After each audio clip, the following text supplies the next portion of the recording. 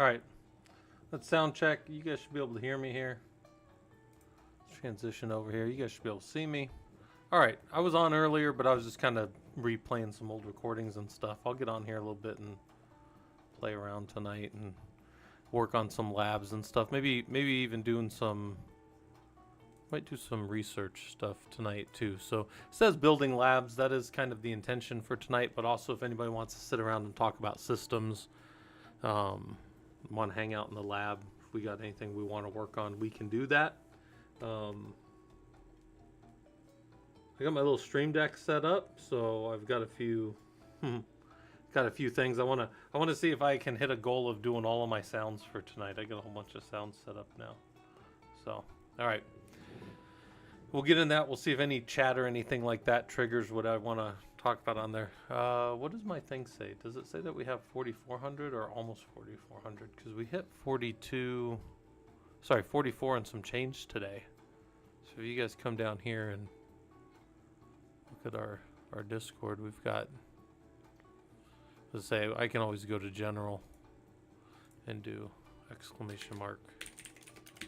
And the bot will tell me we've got 4431, so that's pretty good. We get a fair amount. I think it mostly comes from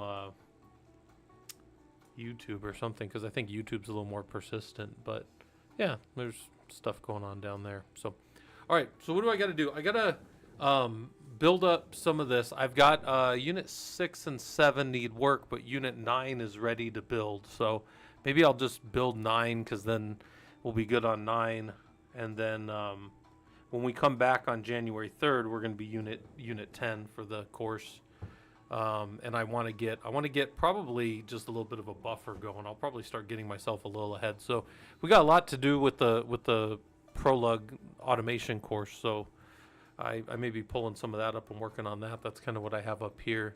We've done the course all the way up until those, but I haven't recorded 6, 7, 8, or 9 yet. So we've done all of those. We've worked through that, but I just haven't recorded them yet. So I need to kind of clean everything up, get everything the way that I want, and then kind of go from there. Jerry Buse said, is our Ansible course enough to pass RHC? I wouldn't say so. No, I don't focus on those. The course that we have, we've got a few of these courses, but the automation course doesn't focus on that at all. Although I guess it is a lot of Ansible, which RHCE is heavily Ansible now. No, we don't focus on any of those objectives though. So what I would tell you is if you wanted, we've got our Linux admin course, we've got our security course, and our automation course. They do not focus on any industry certification. The admin course is more of like the job, being an admin in like an operational task space. Security engineering course is more of like the process of building servers and getting them to like a hardening level for an environment that you were maybe maintaining. That's what all of those things are. And then the automation course is kind of like maintaining and running that environment. So it's some automation from like an admin side, and then it's some from like an engineering side. So no, my stuff will not get you ready for an RHC. If you told me, hey Scott, I want to get ready for an RHCE, this is what I would tell you. I would go look up my RHCE objectives, right? EX, and I would go find the objectives, and I would grab all of these objectives here, right? Where's all their objectives? Here, all the way to the end, right? And I would just make sure that, like, and this is how I would do it if it were me. I would come over here and I would make a new one of these, and I would make sure that I could go through each of these. Maybe I'd clean this up a little bit, and then these would be tasks underneath, right? And I would be able to, I would say, can I do all of these things? Well, I don't know, whatever their tasking is, right? I'd go and I'd organize it or whatever. And then I would clean that up, and I would say, these are the things that I do or don't know. And then do I know how to do all these? One thing I know from people that I know quite a few people that have passed the cert with the Ansible part of it. And the one thing that I know that those guys said for sure is that you just need to be good at the Ansible docs, because everything's in there in the Ansible docs. So, I would tell you, like, all these things, yeah, these are things that I kind of teach in the Ansible course. I do have an Ansible, set of labs, but no, I don't focus on any one of these individual things to kind of get you ready. I'd say it's good for like hands-on stuff, but yeah, you need to know how to create static host files, Ansible Navigator. I don't even know what that is, right? Or maybe that's a file that's already there. I don't know. But yeah, these things, I think these are all things that you should kind of know how to do. So yeah, no, but my course is not doesn't really help with any of that. I would say it's like ancillary tasks, but it's not designed to get you ready for that. So anyways, Flunk, would you say hello? Just found your content. Thanks for all the resources. Got lucky with a job about 6 months ago, and the pay is horrible. Yeah, that does happen, Flunk. But the nice thing is if you're in the field, you're building experience, so that's good. Start watching your videos while at work, trying to confident apply stuff, says admin rules. That's awesome. Yeah, and Flunk, you're also welcome to hang out down in the Discord. I don't mean to go like this with our Discord. I think our Discord is pretty good, but that's a place where you can go and hang and talk with other people. I know Colchis runs a really good Saturday Bash study group. Sometimes other guys will kind of get on fire and run stuff down there. Just depends what everybody's schedules look like and stuff. But yeah, just I want a place, because I tell everybody, like, what do you do after college, right? Like I remember going to college and thinking, I'm gonna have to be in the classroom for the rest of my career with all this stuff. There's always stuff to learn. So then I was like, well, that's why I became a college professor, was so that I could always get the books for free, and then I'm going to be in the classroom anyways. But the other reason I started this group, or the main reason, was to have a place where we could kind of hang out and work on this stuff. So yeah, Flunk. Hopefully this stuff's useful then. What am I doing today then? So in the book, the guys build the book, actually, Colchis and Chris and I'm forgetting people's names. I'm sure Zorgel's pretty big on it. They build these pieces out for me, and people that are interested in doing that, you guys can get involved with that. They do that. I want to say the writers' room is on Sundays. They've been taking a break though, because I've been a little behind. But they're all there. Hey, Runamacher, how's it going? But yeah, so I haven't recorded things. So there's stuff that has shown up here. But I still owe them stuff, and that's kind of what I'm doing right now, is when I stop messing around and get to it, I'm going to build for sure Unit 9. Unit 7 I have to fix some stuff, so we'll probably just jump around, and since I'm insane, we'll just jump around. Also, one of these, somebody, this sucks, but I'm pretty sure I blew away, yeah, I did blow away my step, because I wrote 1 and 2, so I have stuff I have to fix in here. Yeah, I changed this and blew this away. So I need to fix, I think this stuff's at the top,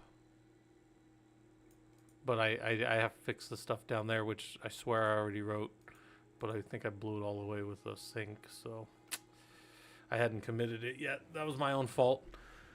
It was my own fault. But I'll keep I'll take that under advisement in the future, and not not blow my own crap away. All right, so what we're gonna do though, we're gonna build out Unit 9, and then when I have the lab ready, I always drop that in the Discord. So if anybody's like ever looking for like labs, or anybody wants to like troubleshoot things, or what's that called, like edit, or Also, by the way, all of our stuff is up in Git. So if you want to get some Git credit. I don't know, people care about that stuff. Some companies care about that stuff, that you're contributing to projects. I don't know. I just dropped stuff up here for like whenever the next lab, so lab 5 was ready. Did I not say 6 or 7 was ready? They're definitely, some of them are definitely ready. So, all right. So let's go clean this crap up. What's going on in here? All right, let's get rid of everything. We'll start. I need to clean up the index.json.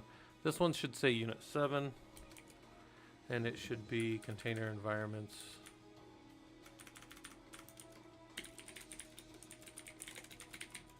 Okay.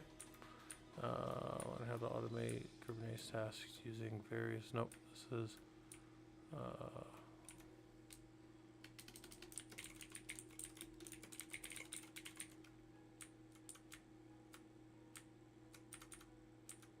Oh my gosh.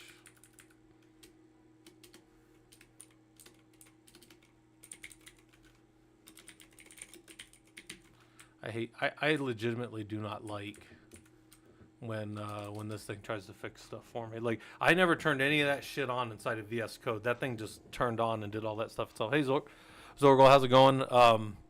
We are, again, not working super hard right now. I just got out of a college class. It was the last class of the quarter. And it's actually funny. I have not taught this whole class because it's like a team teach online. So it's this online modality where all the classes come together and all the professors take different blocks. And I hadn't taught this class in a couple of quarters, so I was off like the list. So when I got there, and I got there pretty early, everybody had already taken all the assignments. So I had like, there were no assignments for me to take for like going and teaching. And I already have a bunch of them all prepped, so I didn't, I would have taken any one. But then they were just like, well, there was this one in Unit 8 where like barely anybody shows up. And because Unit 8, they're already done with all their lessons. So 8 is the last one before we go on break and then start with new classes. Well, anyways, so what I did was I did a class today on excelling in the engineering field after college, which is a talk that I give on here every now and then. But I modify it. So with my college students, I say excelling in the engineering field after college. When I do it with you guys, I say excelling in the engineering field for, and then it crosses off the college and it says for anyone. Because I do think anybody can excel in the engineering field. I think college gives you maybe a step up and maybe teaches you some structure around it, but I don't think it's required. I know plenty of good engineers that didn't go to college. There are places you can't get into without college, though, and that's a true thing. Like, you're not going to get in some of the big engineering companies without a college formal degree, but that's a thing to kind of know. Let's save that, get that out of the way. That'll at least fix when I push that. Let's just say fixed unit 9, unit 7 name. That's just going to bug me, so I'm just going to commit that one up real quick. Am I not connected right now? Oh, there we go. What was happening was Unit 7 and Unit 8 have the same name, and I need to fix 7. But now when that pushes, which will be, if you guys have never seen this before, I'll show you. Go up one here. Might be easier to see right here. You'll see that it pulled right now on the 16th.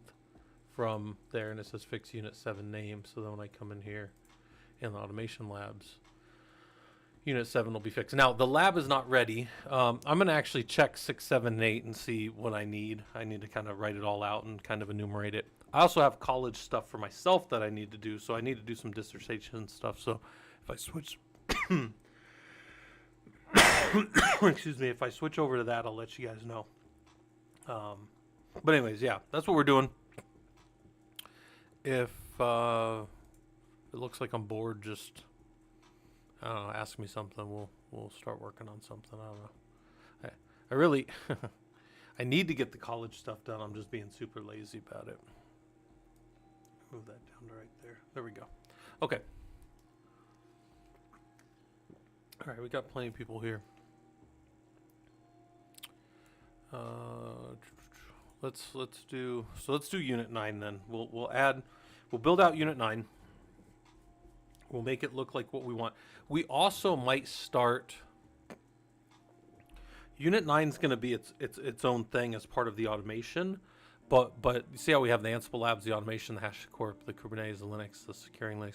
We might build one out that I think would be a fun new one to do, which is maybe on Werewolf. And then since we have a build process for Werewolf in this environment, we will keep working. We'll keep working to that. We'll keep building Werewolf in the environment, but maybe we'll make a Werewolf version of this, and then separate from the automation course, we'll also have that.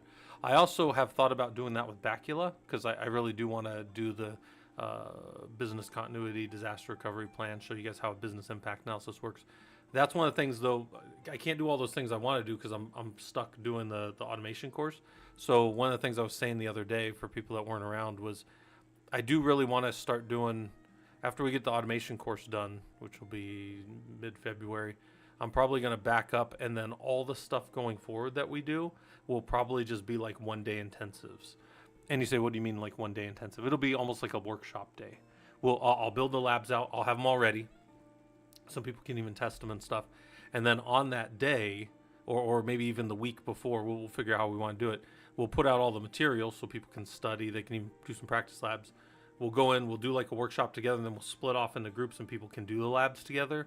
And then we'll come back together and like have a little session where we talk about what we did and that kind of stuff. And I think that will be, in my mind, like we can add those to the courses that are already there, right? Like, so like if we do the business continuity and disaster recovery plan and we look at like how backups and archives work, and then we build a tool like, because here's the thing, just building Bacula in a lab, I just show you how to build Bacula. Oh, that's fucking cool. Like, okay, cool. I know how to build Bacula. I know how to back stuff up. But I don't understand how that works with a business. I don't understand how that like actually is part of a business impact analysis and a business like I want to do kind of like the comprehensive thing. Like I've been telling you guys, in fact, it was actually funny. It came up in the college class tonight. I was sitting there and I was talking, I was showing the students some of my lab stuff. And one of the students was like, ask him if he uses Arch. They were typing, right? They can only type, they can't talk. I guess they could talk actually, but typically they don't if we're like up on stage presenting. And somebody was like, ask him if he uses Arch, right?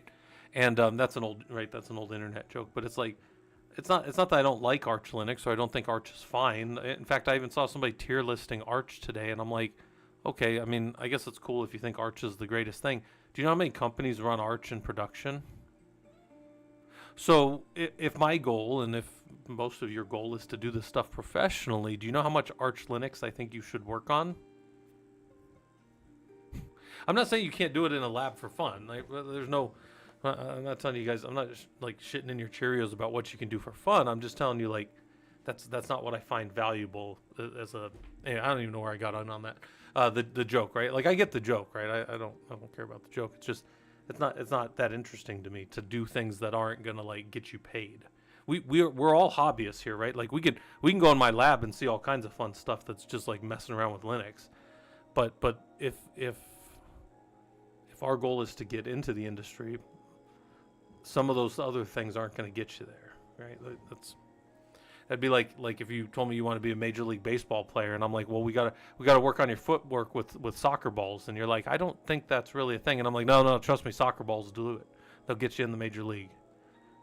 Not Major League Baseball, right? You gotta go hit balls out of the park. that's what you got to do if you want to play Major League ball, right? All right. Anyways, I'm not a coach for any of that stuff, so it doesn't matter. Let's pull up our notes. So we got the notes. This is a nice thing. We already did the lab, right? Like doing the lab is the hard part, if you ask me. Now just putting it over into a structure to go suck up and work inside of the killer code is the easier part. So let's just do it like this. We'll take, really doesn't matter which one of these we do. Not another big scheme of things. Let's paste it. And we're going to rename this. And we're going to call it Unit 9. And it is going to be called, so the lab for Unit 9, it's werewolf, right? But that's not actually what we're doing. Hold on, let me go find this. What the actual lab, automation, overview, syllabus. Let's see what it's actually called here.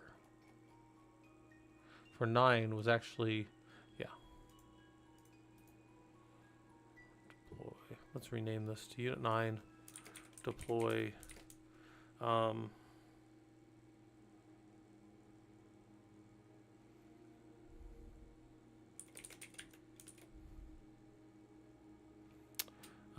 let's call this, so it says build and deploy Linux systems, but let's say,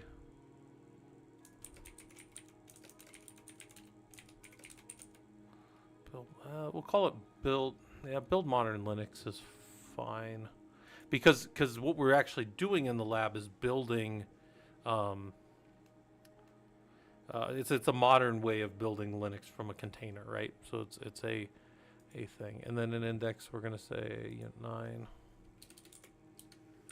and it's gonna be build.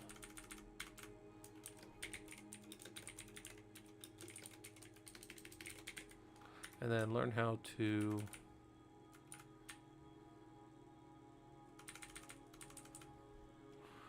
build and build Linux.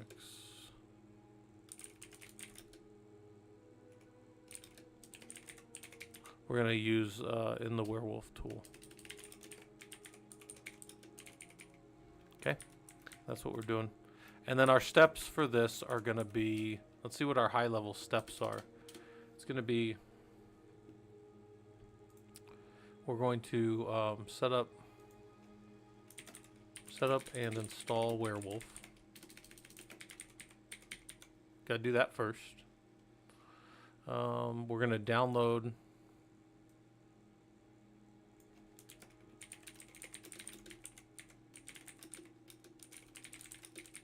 that's fine. And then the last thing we're going to do is we're going to modify the container. Yeah, so fix all that stuff. And then we're going to modify the image with Ansible. So we're going to use Ansible to go in and do some configuration inside of that system. One of the things, what did I miss here? So I was off topic somewhere. I was reading an article about increase in hypervisor ransomware attacks. It was very interesting. Yeah, I'm sure that's big. I'm sure that's a thing. There's probably a fair amount of ransomware in that. How passions work prevent this. Yeah, Chinga Opa, if we can keep people out of our environment, generally that's a good thing, right? Like we try. So there's two schools of thought, and there's the old, giant wall Maria on the outside, but then the Titans kick it in and everybody in there gets eaten. If you don't get that reference, guys, that's fine. I'd say like people over 40 aren't going to get that reference. Even though I'm 44, I get it because that was when I was in my 30s still when that came out. Neither here nor there. But my point is, like, there's the big outer wall, and that's not a wrong model to protecting an environment. We still want to keep people out. That's still a thing. But then internally, we don't trust things anymore. So that's a lot of like what we call zero trust architecture, right? So that's still a thing. Yeah. We'll VLAN traffic off. You can get in, but you can really only get into like a DMZ, and then you can't shift traffic from DMZ to other places without heavily going through firewalls or in some cases bastion type nodes. Yeah. So Chinga, if you've done a lot of my like bastion setup type stuff, that's the goal, is to make it so that you're not using TCP IP to connect anymore. You're coming through some other process, so it's a disparate, separate network, right? It's a network. It's network level separation of systems. And somebody might say, it's not truly air gap because there is a connection over to it. Yeah, but you're like coming through. It's like there's a castle wall and you're coming through and the guards are there. So you're not just like riding into the city through like some side area where nobody's guarding, right? There's no TCP IP connection across. There's some other method to get across, right? And if you guys have seen my presentation on that, there's all the little penguins going everywhere. I used a lot of AI when I did that one. I thought it was kind of funny. All right, let's call this good, right? Because we're going to need that. We really could do this one in just one environment, so we don't need the Kubernetes 2 node. We could just use Ubuntu, but I don't want to change any of the names of anything. So we'll keep this one set up that same way. And now when we do this, there's this other thing that has to happen. So I'm going to Control S. I'm going to save this, right? I can also close this then. When you're ready to push this, I'm going to say I'm going to rename it, but I'm not. I'm going to hit Control C. When you're taking this environment here, when you want it to show up, you actually have to add it in here, right? And we'll do, whoops, geez. We'll go this way.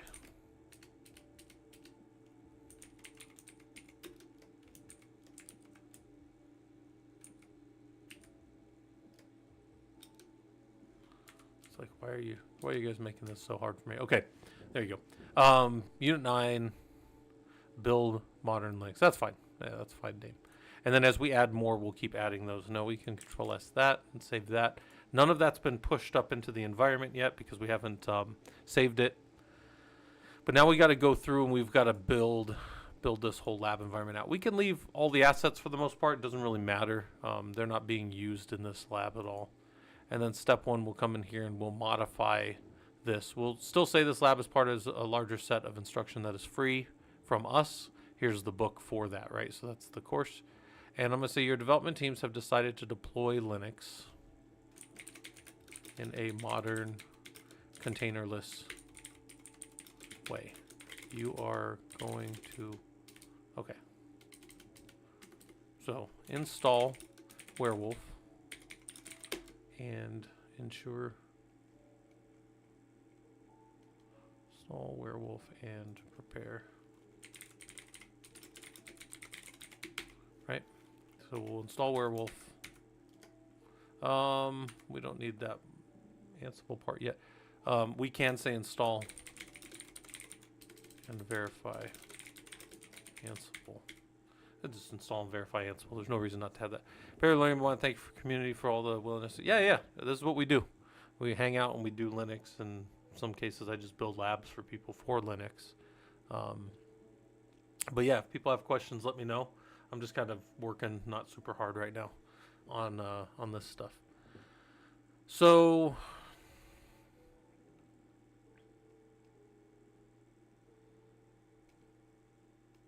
we're going to take these lab steps that some of you guys did with me, and we're going to put them up into here. One thing that I haven't been maintaining that I need to start doing is what is this? This is a security engineering course. Let me get this. We finished the security engineering course, by the way, so anybody that wanted to participate in that, that is now done for the year.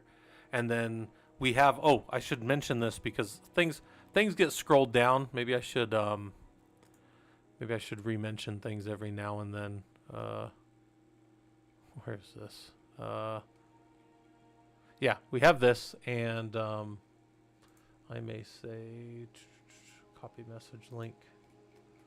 I'll go drop down to the bottom of this and say be sure to vote if you want to run through the Linux admin course early 2026. So we're going to do a Linux admin course coming up. And then so that'll take you back up to the voting. And what do we have right now? It looks like some people have said, so I had given the option, we can speed run the course if you guys want. We can just crash through it and do it fast.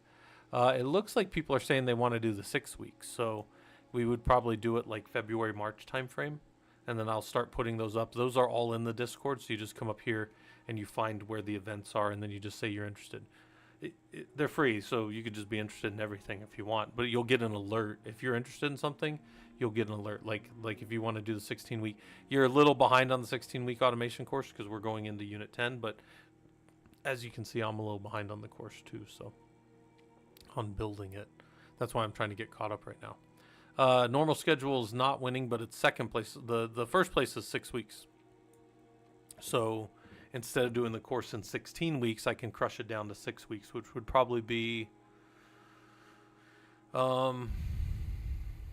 we do maybe 2 per, and then the last ones we would all do in the last week. So I think how we do that. Yeah, if we did in 6 weeks for 16. Oh, we could, yeah, I guess we could do 3 per week, and then the last week would just be the last one, which is just the troubleshooting one. That would be, I could do that way. That would work fine. Yeah. So either way, we can get it crushed down either way, but you guys got to vote on what you want to do. And this is more like, just so you guys know, this is me taking it under advisement, because obviously what I find, and maybe I should fix that to say normal 16-week schedule. What I find is people want to do the course, right? Like literally everybody says they want to do the course. It's a free course on Linux, but what ends up happening is people peter out and can't make it on a Saturday, this and this and this. I feel like if we just crush through it and get done, people might do, I don't know. I think people might do better with that. I don't know. That's my thoughts on it, but all right. So feel free to vote. We got all kinds of ridiculous stuff going on there. All right. So let's do this. Let's run through the class.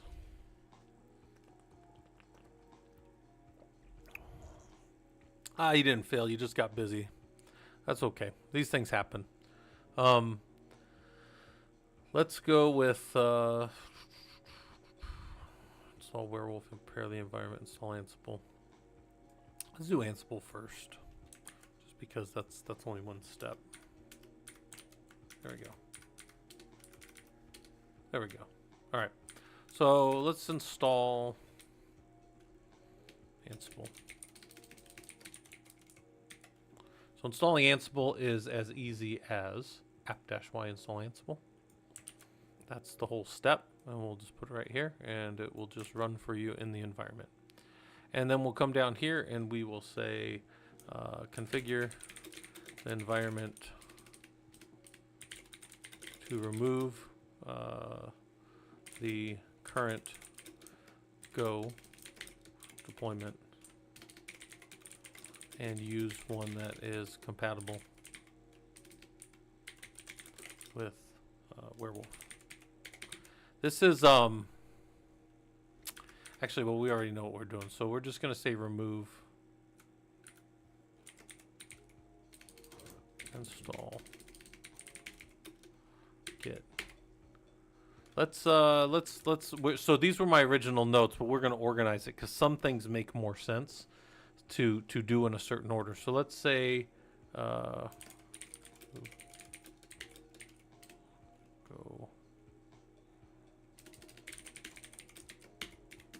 and this is going to look like this. So how do we remove Go in the environment? It'll look like this. rm-rf. So we'll get rid of the executable. Boom. And then we'll actually purge golang go from this as well. Have to purge. There we go. Okay. And then, so after we do that, we'll say install git. That'll be the next thing. So we'll check all that.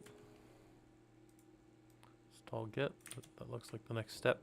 And some of you guys did this with me if you were in the Ansible Unit 9, well, Ansible Automation course Unit 9. Some of you did this with me. So now the next one is download the new version. Download the compatible version of Go. And that's going to be something like this.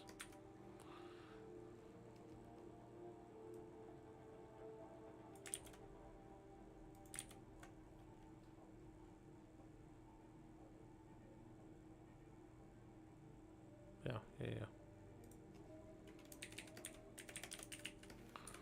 And then we're going to say untar and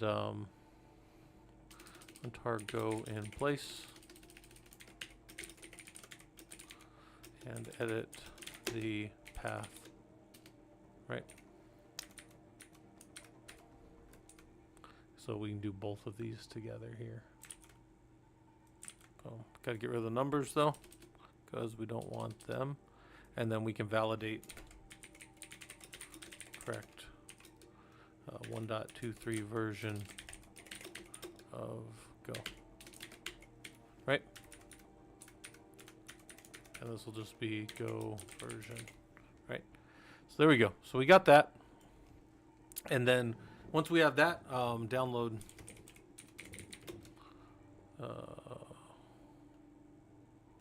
Werewolf.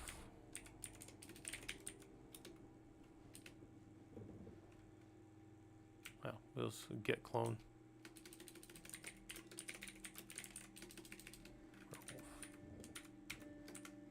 Here's our Werewolf Git.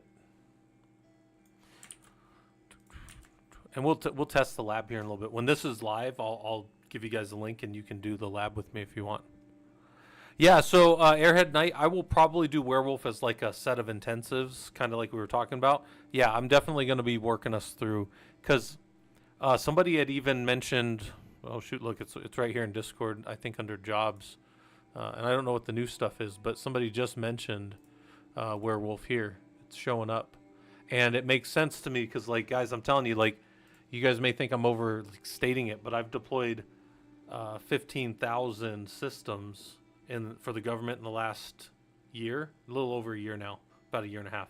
I've deployed about 15,000 systems, and that is underneath probably 9 supercomputers, so 9 total supercomputers of various sizes, and all of them have been Werewolf. Every single one of them that we've been deploying. Now you might say, well, yeah, but your company's kind of gotten, you're kind of pigeonholed and you're deployed, and there's people doing all. I'm not saying all kinds of people aren't deploying all kinds of other stuff. I know Bright is really being pushed by NVIDIA, but Bright is, how to say things without I don't want to be like that guy talking shit on things, but I'm just going to tell you the state of things that I know from being a guy who's also maintained Bright is that Bright works well, but it's not really for admins and engineers. It's more like, if a Bright research cluster to me is you have a bunch of research scientists that want to run their own stuff and they don't need guys like me. And it's okay, that's fine. Because and you say, well, what do you mean by that? Well, because I can't get in there. I cannot do anything inside of a Bright system where I modify a file or fix a network manually or even via an Ansible playbook. I have to do it through the Bright system. And that is maddening as an administrator, because you're well, hey, no, in this environment I need to change this thing this way, and it's cumbersome, I guess I would say, for people that like to be down in the system. Less cumbersome for people who don't care about the system and just want to do it all GUI driven and that kind of stuff, which that's GUI driven, right? GUI. All right, anyways, but yeah, we'll do a Werewolf thing. Yeah, I definitely intend to do that.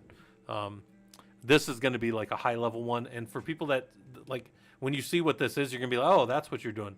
That's the containerized setup part of Werewolf. Yeah, and this lab essentially would be the starting kickoff point for a lot of the Werewolf stuff going forward.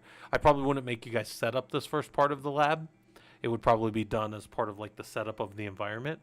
But for this one in the automation course, I do want to include it just so people can build it out and see what it takes under the hood. All right, so go onto our to git clone Werewolf. Make and then set up and install Werewolf. So, whoops, this part of the course, we're turning on. So, we're in a lab environment. We've got 2 nodes, control plane and node 01. We don't have control of any of the other parts of the environment. Killer Code is this awesome lab site, and they give you a lot of control, but you don't have control of DHCP in the environment, so we can't really run Werewolf in here. In fact, when we do Werewolf live, we can set things up with this tool, but we can't really run it and turn on DHCP and NFS and all of its other things, because they just won't work correctly in the environment they're in. We're going to have to go do that somewhere else, just so everybody's clear on that. We can do all this cool other stuff, but we're not going to do that. Also, for this lab, we're not going to do the apptainer part it's not part of the live version of the lab. We did it when we were, we did it for the practice when we did the course live, and I'll do it when we do the recording maybe, but it won't be part of the actual lab. Well, maybe I'll pull this out when it goes. We've used apptainer for other parts of it, so I thought I might have needed it for this, but we didn't end up doing it. All right, so let's go set up and install Werewolf. So let's get this next part. CD to Werewolf, wherever you've cloned it, right? And then in here, we're going to CD down into there. We're going to do a make install. So we can just do that real quick. Make will test everything and make sure everything's good. And then we'll do, for fun, we'll do a time make install. Time is, if you guys don't use a lot of Linux, time is just like a stopwatch around your system command. And it'll just show you how long something took. I used to know an engineer back when I worked in SCIFs, specifically for the government, and that's SCIF, Secure Compartmentalized Information Systems. When we used to work in SCIFs, I knew a guy who, he had you guys ever seen those little carabiners, right? Carabiners, a little, I don't have any in here, but they're those little things that kind of snap, and people use them in rock climbing, but then they have the little cheap ones. He had one of those, and then he had a little band. Let's see if I can find.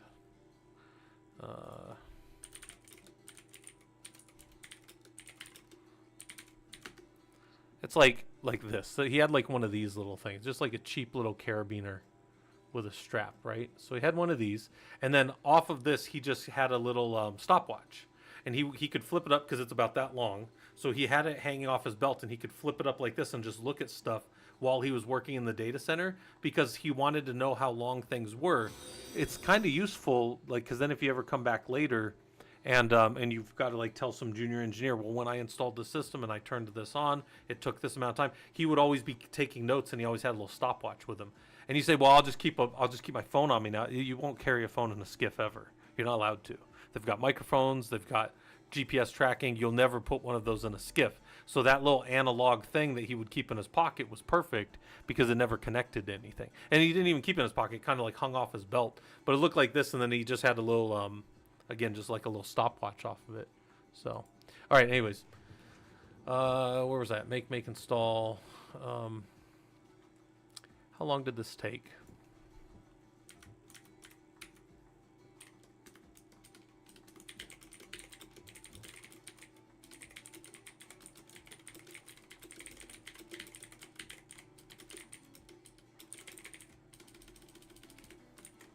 Why might you want to record that? And it might not always be true that you want to record this, but there's that. Yeah, probable Steve. Yeah, when we do, well, we've always got the recordings, so that's nice. But yeah, when we do that, I will. I've normally made the courses at 5 p.m. my time, which I think is maybe 10 or. Let's see, what's. Hold on, let's check it right now. What time is it? I imagine like Great Britain. Like London? What time? Time's in London. That's, oh. So you guys are, I'm 8. So that's 3. That's a 7 hours difference. So if I did it earlier in the afternoon, that would be better. Because I know a fair amount of East Coasters as well.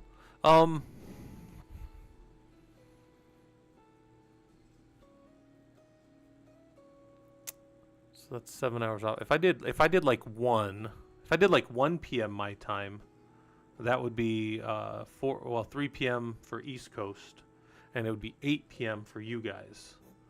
I think that's probably reasonable, right? On a Saturday night, that's not unreasonable unless you're out partying at the club or something. And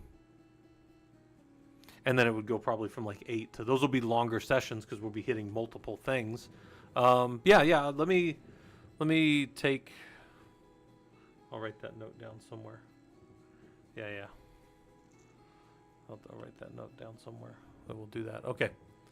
Yeah, but make sure, like you and others that are interested, make sure you guys are voting. Okay, so we got that. And then that, I think, is the whole thing that I said for the first one, right? What did I say? Let's go look real quick. I said set up and install Werewolf. The next one will be the download and prepare an image. So this will be the next part. And then the last one will be the Ansible. Okay, so we're going good. So that'll be, let's get out of here. We don't need to change that. We will take this and we'll say time. How long did this take? Go down here and we'll say you are ready. If Werewolf is working correctly, you are ready to move to the next step. Okay. And is installed correctly. You're ready to move to the next step. Okay.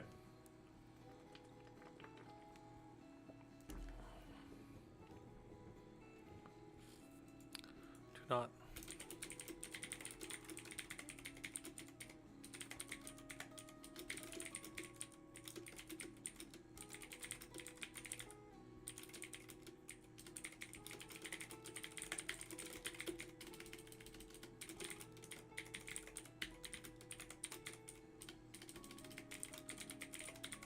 Yeah, it won't work in the lab environment, so don't start it anyways. So, all right, so we'll Control S that, and the verify script for this one. How do we verify that the system's working? We will say wctl image list. List. I don't need that.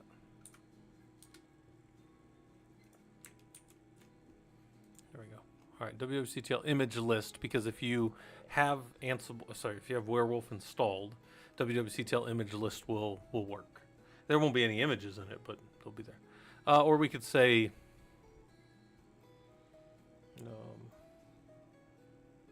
we'll leave that for now, and then we'll see if we have to modify it later. But We will be doing the images in the next one, so that's fine. All right, so get that out of there, get out of there. All right, so step 1 essentially done. We'll test it here in a little bit. Step 2 is going to be download. So your team, let's Control S that, Control Z that. Let's just fix this first part here and say your team needs a new version of Rocky, Linux to deploy to the nodes. Werewolf will control. So, what do we need to do? We need to download and import.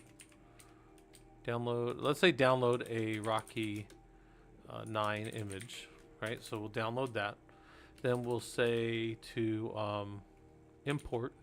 And actually, we're going to download, or we're going to import it at the same time. So we're going to verify the image is loaded into Werewolf. So that's going to be one of those commands in there. And then we're going to inspect the image. So inspect the image, download Rocky 9, inspect the image, and test update capability. And then verify the location of the Chroot environment that Werewolf stores the image location in. Okay? Okay. So we're going to touch all of these pieces, right? And some of the stuff you might look at and go, man, those are like all very individual commands. There's not a lot of automation here. Because one of the things about the automation course is getting familiar with the tools, then we automate all of it, right? Like, in fact, in the third step, so when we get down to step 3, you're going to see like, oh, now he's running Ansible. So I'm doing all these very manual things, like we're manually building it. You're only ever going to build Werewolf once for the most part. And then, oh, he's manually downloading this image. Yeah, you're probably only going to do that once too. But then you're going to modify that image all kinds of different ways. And you can do that manually, which is just a nightmare. You don't want to manually be changing image stuff, especially like hardening images and all that stuff from like our stigs. No. You want to be able to use Ansible, which we'll do when we get down here. And so actually I have you just modifying it by hand. That's not great. Modifying things by hand is kind of, 1, it's not repeatable. 2, it's prone to error. 3, it takes a long time, right? That's all terrible. But then when we get down here and we do it in an automated fashion, it's gonna make a lot more sense, I hope. So there's modify manually, and then this right here is automate the modification of images. Because once you can do this one thing in Ansible, you can do all the things, right? So, all right, anyways, let's do it. Let's come down here. Get rid of this because that's some BS from before. All right, so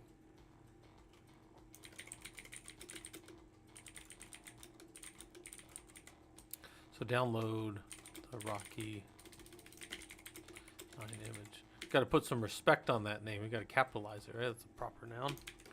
Got to up, yep. And I guess technically image would also be, in that case, uppercase as well. Boom, there we go. And if we're not using periods, then we don't use periods throughout. That's a pet peeve of mine on slides where like there's a period on one but not on all the others, or there's a period on all of them but one. That bugs me, so I don't do it either. All right, so there's that. So how do we download it? So this would be our download of the image. So we'll even time it just to see how long it takes. It's not that big of a load of information. I think it's not too big of a download, but it's WWCTL image import, build, and then we'll pull down the Werewolf Rocky 9, and this will get the most recent version of the image right here. Okay, and then test that the image has been loaded into Werewolf.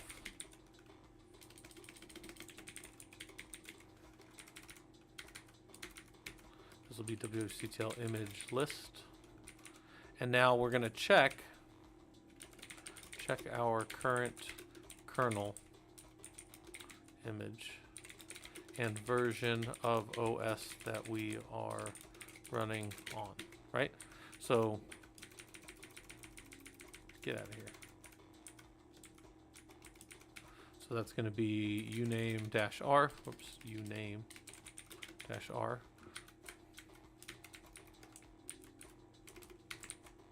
And then also cat etsy splat release, right? Those will be two things that just like show us, I mean, in any Linux box. If you guys have never seen me do this, then I don't know what's going on. Oh, I was showing my college students something earlier, in case anybody wants to see like all my message of the day boxes. This is like all the environment, right? For the lab, that's all the lab environment that people use for ProLUG, right? That's not really what we're doing right now, but oh, wait a minute. Target nodes are dev? Is that right?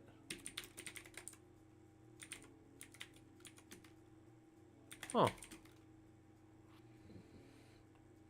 Did I do that? That doesn't seem... I would have thought... Oh man, I'm going to get derailed. When did I do that? So real quick, we can go... image list, right? So there's our images. We do wwctl node list -a target 5-2, and he has, so target Linux is his target.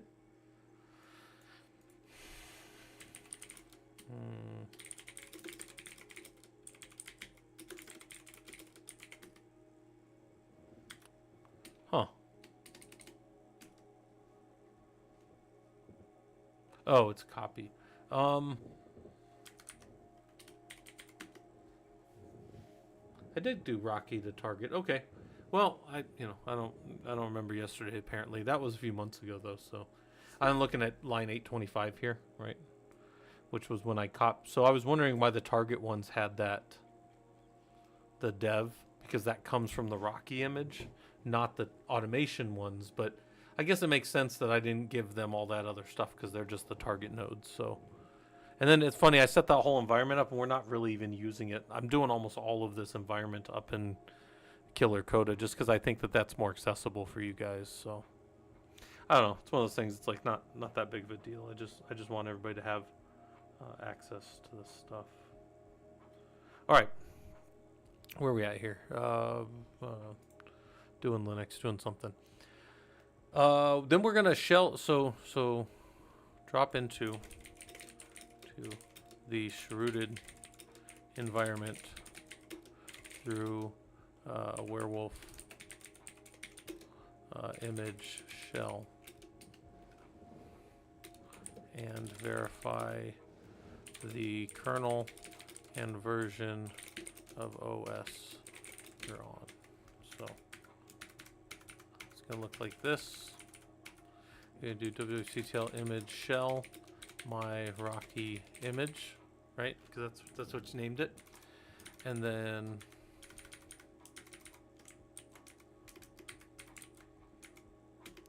got two commands you're gonna run here. Actually, the two commands you're gonna run are these ones right here. So once you're in there, you're gonna do that, right? And then attempt. Did you notice the differences? Are there any similarities? Why do you think this is?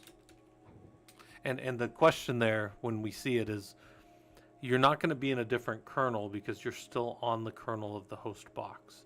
But the kernel of the OS inside of the image is going to be different when it's running. But when you're cherooted in there, it's the kernel that you're on. So that's a thing that is good to see if you're building images, right? If you're doing that and getting in there. All right. Then we'll say attempt to update to validate that the system is connecting to the Rocky image repositories. Right? So we're going to do we're going to see, does it work? DNF update. Hit N, as we do not want to update right now. This will not. There's a specific reason I don't want to update this image, and if anybody cares, I don't want to modify the kernel because you can affect some of the ways that it boots. Now we're not booting the image, so it doesn't. I guess in some ways it doesn't really matter. But we'll just go ahead and not update anything right now. We'll just leave it as it is, right? And then we'll go ahead and exit the container without making the image. So they used to call them containers in Werewolf. Now they're all images. So exit the image without making any changes.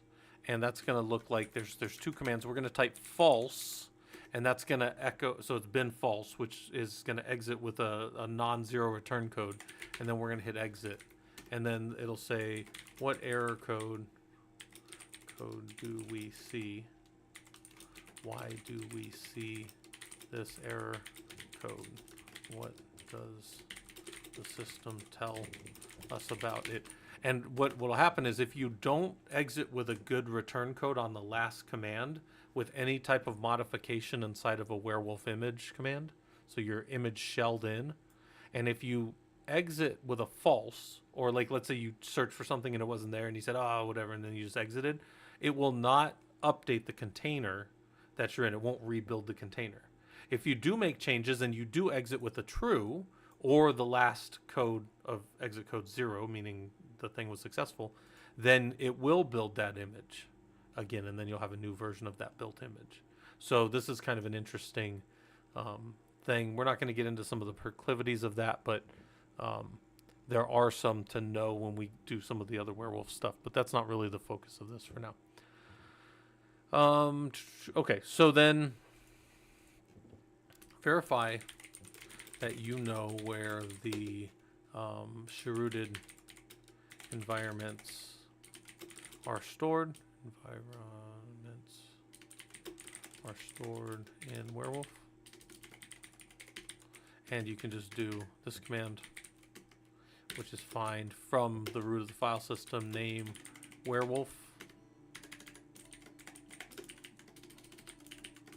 And then you would say you should see something with cheroots, right? And then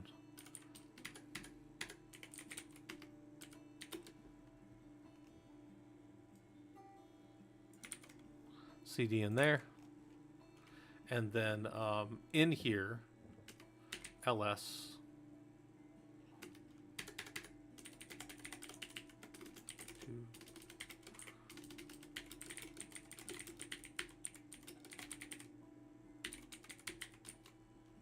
see the root FS environment, and you should see it right there when we go do this. All right, so then you should be ready to move on to the next environment. So what I'm going to do for a verification of this is ls-l that directory. So if that's there, then we can move forward with the lab, meaning you've done the first part, because you can't do any of the rest of the lab if you don't do that part. Control S. Good. All right. So now we're done with that part. So now we got lab 3. Now we got step 3 to do. Step 3 is going to have two major components to it, which is going to be, we're going to modify this thing by hand, which is, I mean, okay, maybe at first when you're first tweaking stuff, but you really want to have everything that you do, well, everything that you want to have easy should be automated. Because here's the thing, let's say later we got to pull a new version of Rocky 9. We're like, oh, well, rebuild. Well, now you got to go manually re-unpack or repack, however you want to think of it, your manual changes into it. And then when you go and you actually work on it, you know, you got to hope you get all those right, and then you can start doing your automated stuff again. So we're going to do a manual modification just so you can see what that's like and why that's kind of annoying. And then we're going to chroot in there and actually run it, or chroot. I honestly don't care how you say that. And we're going to run an Ansible playbook against it. So we're going to build that. But before we do that, real quick, take a little break, and I will just do. It's actually funny. Hold on, let's pull this off of here.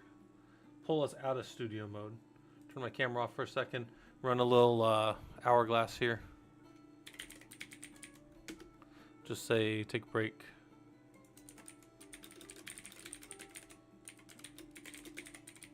We'll take 8 minutes. So I'm gonna grab some water. I'm gonna take a walk around a little bit. If somebody would let everybody know where the Discord is, I know some of the people here have been around for a while. I will be back. I'm just gonna walk, stretch my legs out a little bit.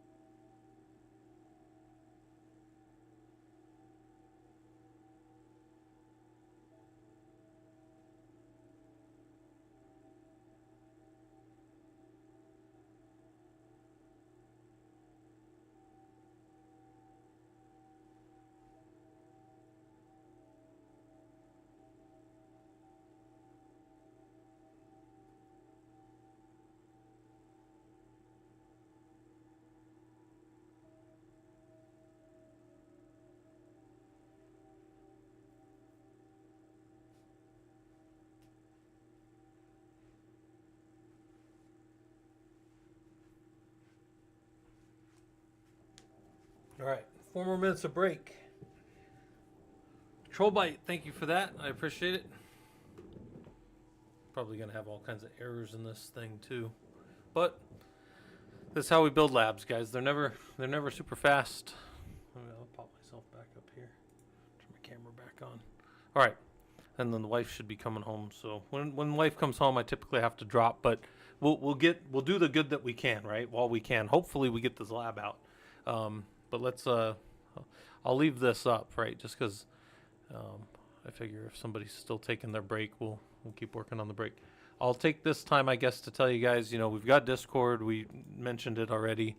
There's a lot of people in here hanging out, talking about stuff, working on whatever. There's a lot of events. You can go to any of the events. They don't cost anything. You just show up, right? And Bash Study Group has 95 people interested. That just means you get a little ping when the event's going. So even if you miss it, we don't take attendance, right? We don't like force people to show up or whatever. They've got a study group. This may be suspended. A lot of this stuff's probably suspended until the new year. But I'm getting stuff organized so that when I go record it all, then we'll have everything, you know, set up for everybody. Streaming technology. Oh, I did say Saturday, December 27th at 5. So mark your calendars if you want that. That'll be not this Saturday, but the next one. I've done this before, like getting into streaming, if any of you guys want to do it. And mostly that's just one of those things where it's like nobody showed me nothing. I just kind of figured it out and like went and watched videos and stuff, and it's pretty easy to set up. But I do think there's a lot of things that'll make your life easier if somebody shows you. So I think that there's something, and like some of you guys know, like I kind of had this. I had a video blow up on YouTube about a year and a half ago. When I say blow up, it had like 200K views. Well, I don't know if you guys know, but like 200K views is a pretty decent little chunk of change. But not if you're not already set up on YouTube. If you're not already set up on YouTube, you get $0 from that video. That, I don't know, that probably would have been closer to like 2K or something. So it's like, it's not that big of a deal. Like, I mean, big scheme of things, it's not like that big a deal to me. But like, if somebody were new to it, I wouldn't want them to lose a couple grand. I'm just a guy who does, you know, Linux for fun on the internet. I'm an engineer and a college professor.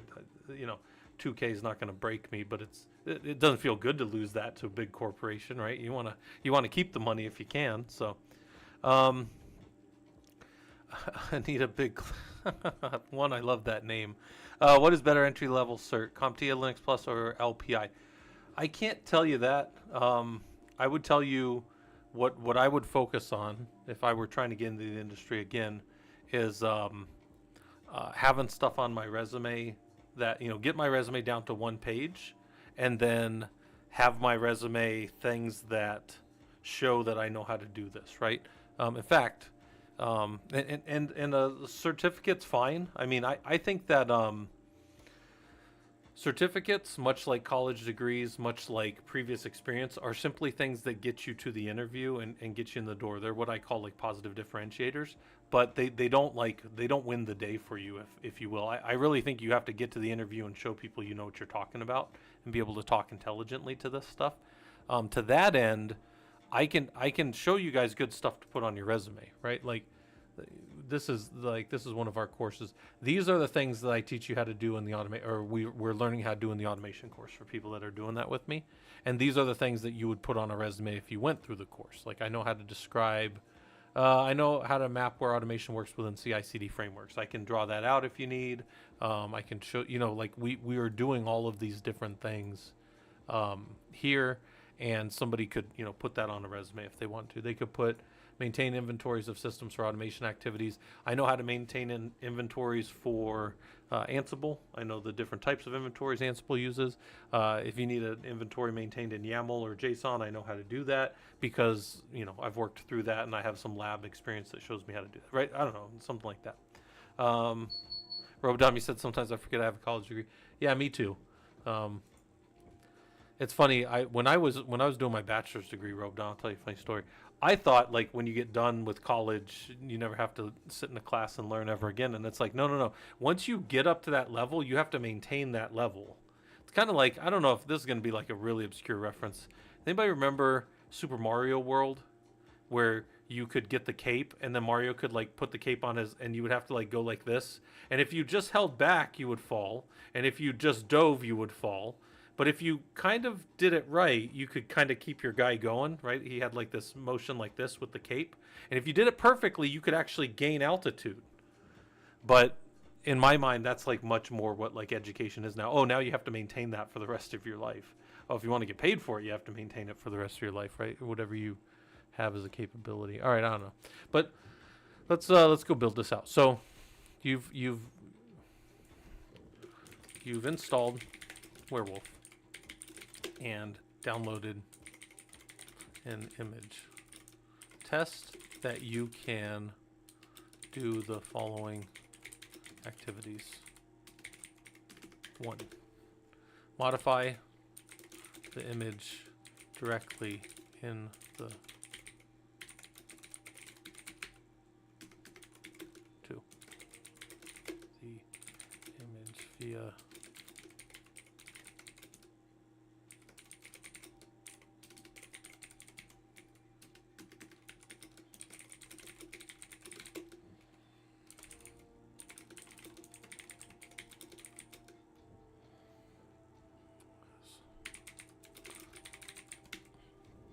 This is an important thing. When you modify within a chrooted environment for werewolf, you have to build that image before it pushes. Now, we are not in this environment. Like I said, this isn't a fully... We're kind of like just doing some of the components of werewolf in here. We're not going to be able to fully deploy them like I do in my home lab and stuff like that. I can just tell you that when you modify the chrooted image, it's not... like Ansible hasn't built the packageable. Let me show you what I mean by this, right? So werewolf has var werewolf, var lib, werewolf chroots, right? If I go in here and modify any of these, I can do it. I can cd to Rocky Linux 9, and I've got the root fs in there. I can chroot into that, and I can do building and DNF installs and whatever kind of things I want as though I were in that image doing actual Linux, right down in that image. Only difference is I'm in a different kernel. I'm not running systemd. I'm not like, it's not a fully inflated. It's almost like you're working in like a deflated like system, if you want to think of it like that. I can modify that, but that right there is not the deployable what the image is that the system pulls down. That is in what is it? Etsy? No, var. Where's that? Let's do this.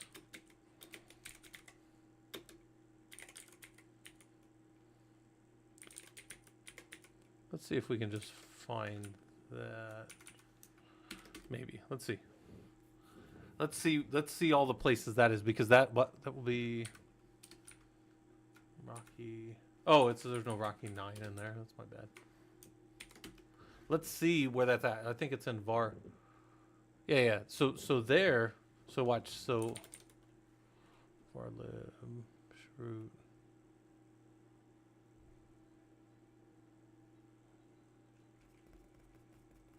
Doesn't seem right.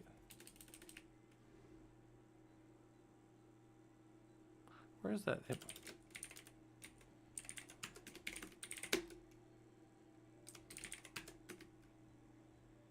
Var lib.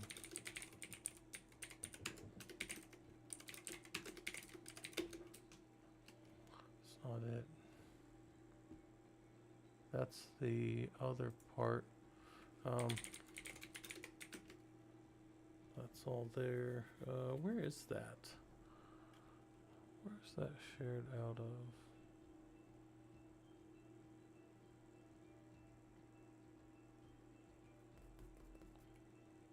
Oh, is it? Maybe it is stored out there. Yeah, maybe that is where.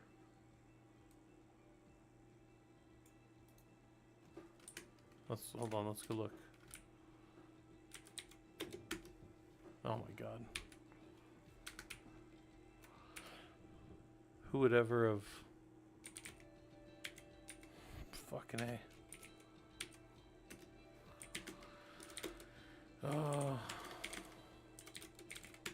Yeah. So these images right here are packaged up from that. So when Ansible does when Werewolf does its build, it pushes them over here. What's in the chrooted environment can be different than what's over here. And that's why I tell people, when you make a change in that chrooted environment and then you break, remember I said earlier, you do a false and you exit and it doesn't build, that doesn't mean those changes weren't taken. And I wasn't getting into that heavily right now because that's not really the purpose of what we're doing right now. We're just building out the lab, and I want to show you guys the basic piece. I'm just telling you, when you get into running this production, there's all these little like things about it, these little proclivities about it where you're like, well, it didn't take the change, so that's fine. Now you've got that change sitting there, but it's not built yet. And one day somebody will build it and that change will be taken. And you thought you backed out that change and you did not. So this is why I'm very like cognizant of what version of an image I'm working on, and that I've changed the version. I'm never running the production image. I'm using some test version of an image. I tend to timestamp my images because this will bite you.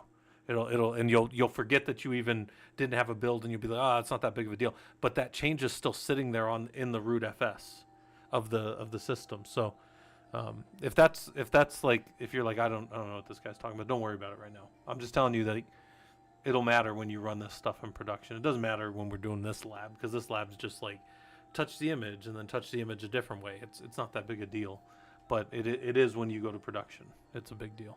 So, all right, I don't know.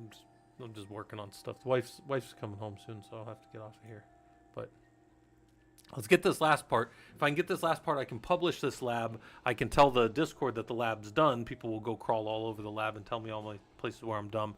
But I do like to try to get in there and modify the stuff. And I try to go in there and run it a few times. So hopefully I can get that going here. Wife said she's almost done. Oh, it's only going to be 75 tomorrow. Man, it's been like 82 here in Phoenix, which that's Fahrenheit for some of you guys in other countries. It's still warm, super warm. Too warm. Oh my God.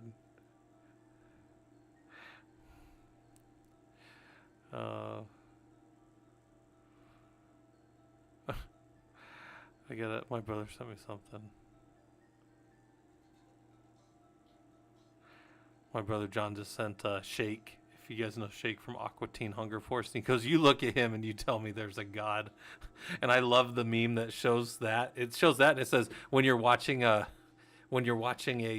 coworker try to do a simple task, yeah, you look at him and tell me there's a God. I don't try to get in any theological debates with anybody. I'm just going to tell you. If you're so bad that you're using an example for non-intelligence, that's pretty hardcore right there. All right, anyways, I do love that show though, Aqua Teen Hunger Force, pretty funny. Let's pull all this. We don't need any of this crap. This is from it's not crap. This is from the other lab. All right. Find the shell and verify that. Manually modify the image within. Manually modify the image and ensure that it is built.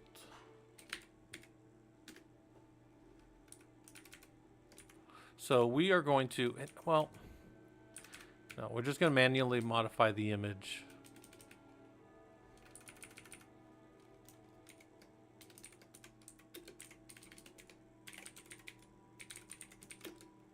The my-rocky-image. I mean, we call it whatever we want. That's just what we happen to have called it when I was building this.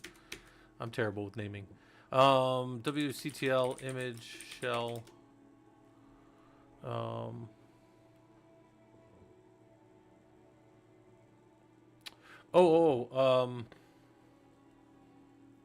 We're not gonna do it that way. We're gonna modify it this way. So CD to this.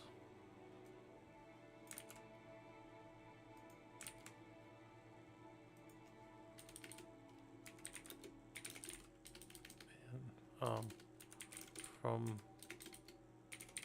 outside and the chroot environment. We're not going in there at all. So we're just going to CD in there. Get rid of this. VI.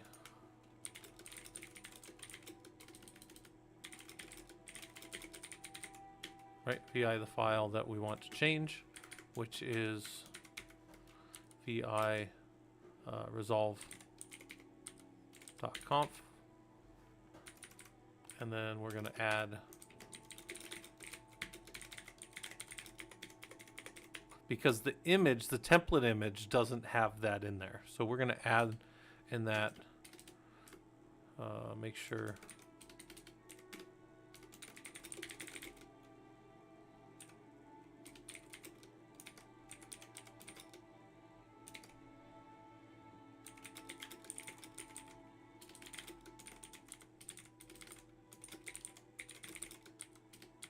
I don't actually care how people do their edit. I only know VI. I don't know any of the, like I try to use Nano sometimes, and I don't even know how to save out of that tool. I just use VI, right? Or Vim or Neo. I don't care how you guys do that stuff. That's your stuff, right? Okay. This value will now be taken when the image is routed into, and the value now be taken when the into, and the updates can happen within, and the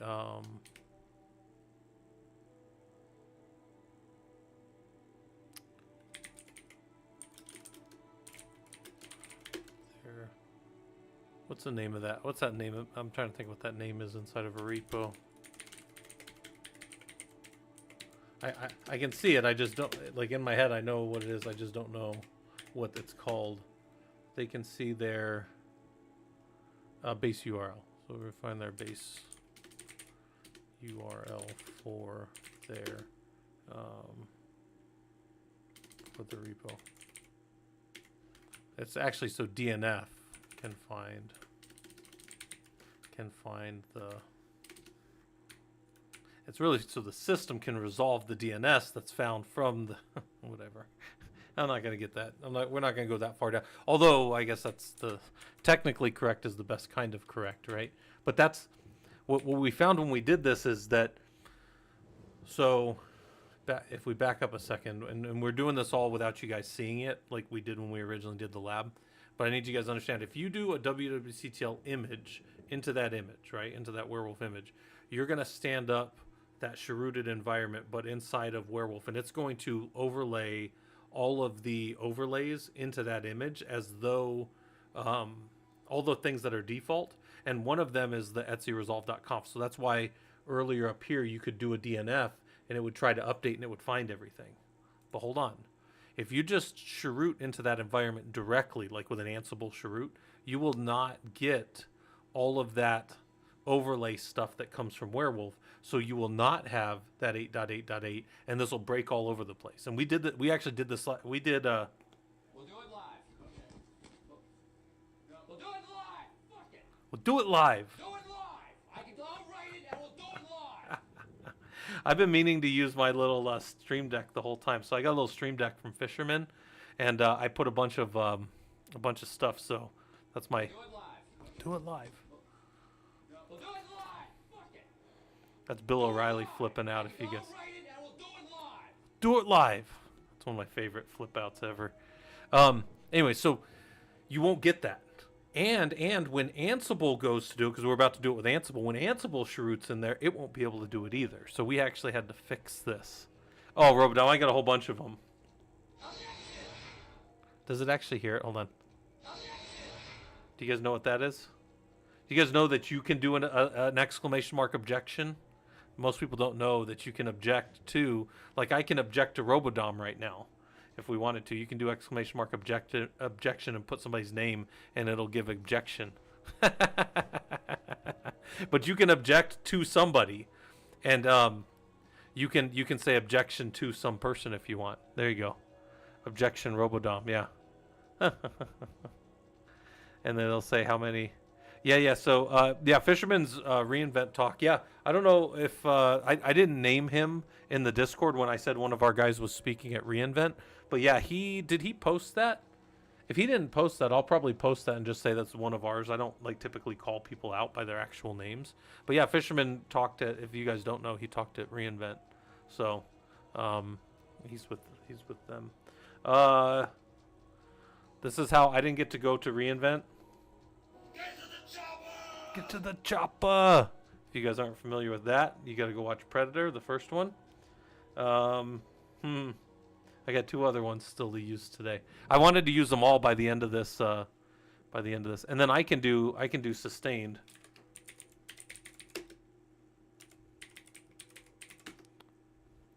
And I'm the only one that can do sustained or overruled.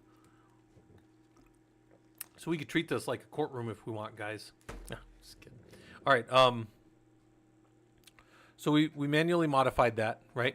And then the value would take in extrude. Okay, so now we're going to set up an Ansible playbook. Okay, so set up an Ansible playbook to modify the container or the image in a cherooted environment.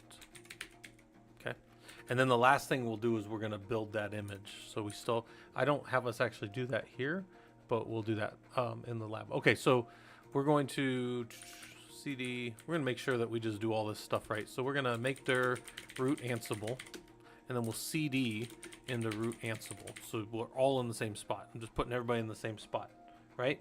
Because if you're not in the right spot, what happens? You get nothing. You lose. Good day, sir. I love that. That's the original one too. You get nothing. You lose. Good day, sir. All right. All right. Create a hosts file, but with the cherooted environment you want to edit. So that one's one of my favorites. I gotta get moving. The wife's coming home. In this file, add the following lines to this file.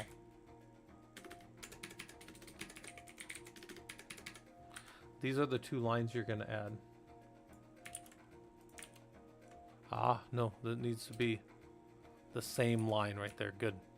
So that'll show up as one line if you put your thing correctly. Now, they do have to be 2 separate lines, but they can just be like that. Doesn't really matter how they're formatted because it's INI format, and that INI is much more forgiving than YAML for spaces, but not new line characters. So this is fine. This is the correct value. It's only indented because of how I grabbed it. That is the correct thing. Just left center everything in an INI file. You'll never have a problem. Okay. So, and then I'm going to say the same thing. Make sure you know how to save VI. I can't, if you get stuck in VI, guys, I can't help you.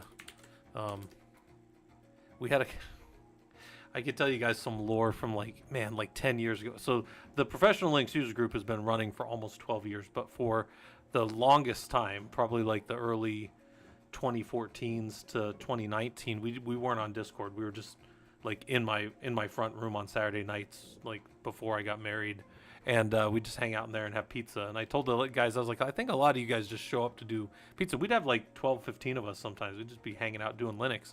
And one of our guys one time, this guy had been coming like for like a year, and we were doing some security thing, and we used to all just sit on our laptops, and I would project my laptop up onto my TV screen.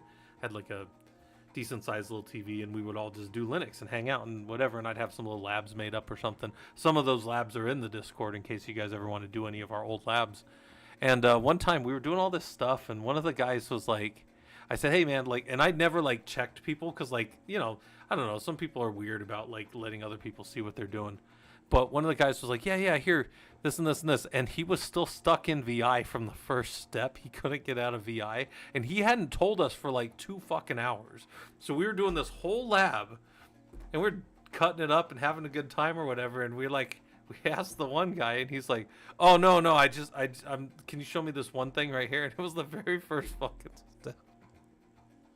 And I'm not trying to be mean about it. I'm just like, this guy had been coming to the group for years.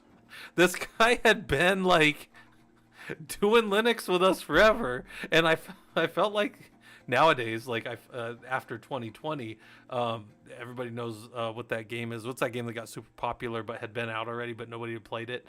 Like the Sus, and they chuck you out of a spaceship. I forget what that's called. They're the little red colored guys, and one guy's a bad guy, and you try to vote him off the ship, and they like kick him out into space. Among Us, yeah, that's exactly right. Dude, he fucking was in VI and he was stuck. And we're like, dude, why didn't you tell us? Have you been stuck in VI since you first came like a year ago? And he only came for a few more. He was a good dude. He loved to tell stories and like be over the top about stuff. And it's like, you don't have to lie to kick it, man. Just hang out. You know, you don't have to like. He's a good dude. He just Linux wasn't for him, man. And it's like, hey, that's fine, guys. You go do all kinds of other things. Linux, not everybody wants to do it. It was just funny that like we're like, how long have you been in VI? Because I know I put us in VI 2.5 hours ago, and we were like all done with whatever this lab was that we were doing. Hold on, guys. Sorry, the wifey's calling. Hold on.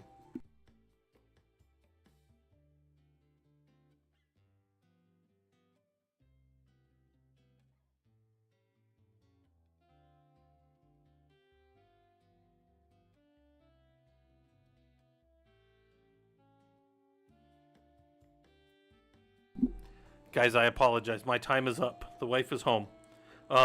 She was like, I'm coming down Westcott, which is one of the streets by our house. And I'm like, well, all right. I'll get this up. This will show up in the Discord. I appreciate you guys coming. I appreciate you guys putting up with me. I got one more. I can answer that for money. I didn't get to use that one tonight. Somebody asked me a question. I can answer that for money. He was in insert mode. He just couldn't get out. He couldn't. Like we've got this thing, you know, you're in whatever insert mode, and then you can go to command mode or last line mode, right? Those are like your options, and some people just can't get it. Yeah. I can answer that For money. I love that line. All right, guys, I got to drop. I appreciate everybody coming by. You know, we're just hanging out. We have a lot of fun down in the Discord. You guys are welcome to hang out. I don't take attendance, so I appreciate you guys coming by. Is there enough of us to raid? Let's see if there's somewhere to raid real quick. I'll raid somewhere. Who are we following? Oh, we'll go raid over to Sid because I love when Sid yells. So we're raiding Sid. I appreciate you guys coming by again. I will see some of you guys later on this week. Make sure you do all the Linux as our raid.